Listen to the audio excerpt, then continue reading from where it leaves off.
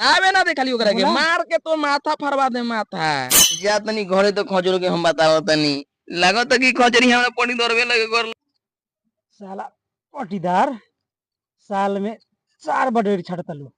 आज हम छाट के बडेरिए उड़वाए तनी ना रही ना झगड़ा होई। बा ए भाई रुको रुको रुको रुको रुको रुको काल्हे नु बेटवा तहार छाट के गइल आज तू छाटत रह काहे? छाटे ना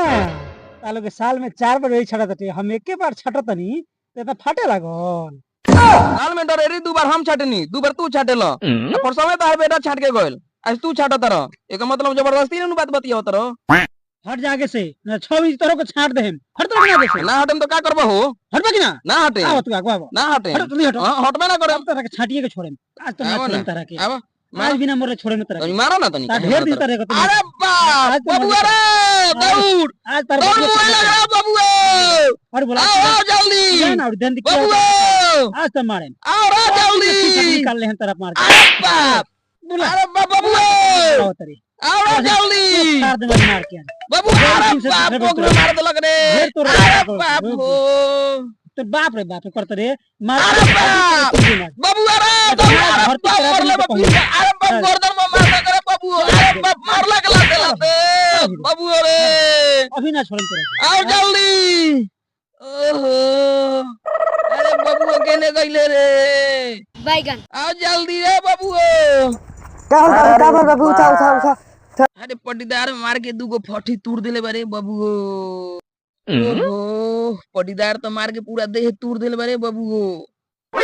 या बास फाड़ दे माथा एक और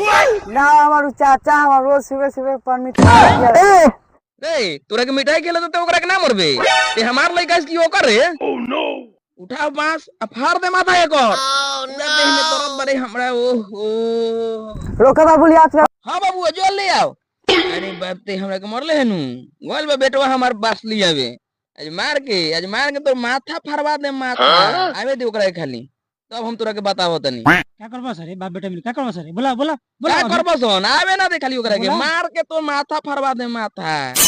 आवे दे बेटवा खाली ओकरा के आवे दे हो दे आवते बा आज माथा फरवा दे माथा आवे देखो आवे दे आज दूर जना के व्यवस्था बाबू कर आओ मार तो माथा पड़ेगा मार तो मार अरे बाप अरे दादा हो हमार मार के का बार फोड़ देलक रे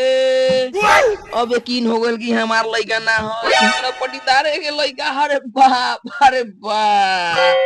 ओहो ई हमार लइका रही त हमारा के ना मारी तेरे बाप अरे बाप हो अरे दादा हो अरे बाप पूरा खून खून हो गल बारे हाथ कपड़ो खूने खून हो गल बारे बाप ओहो जा तनी घरे तो खजरो के हम बताओ तनी लागत कि खजरी हमरा पड़ी दरवे लगे करल का रे।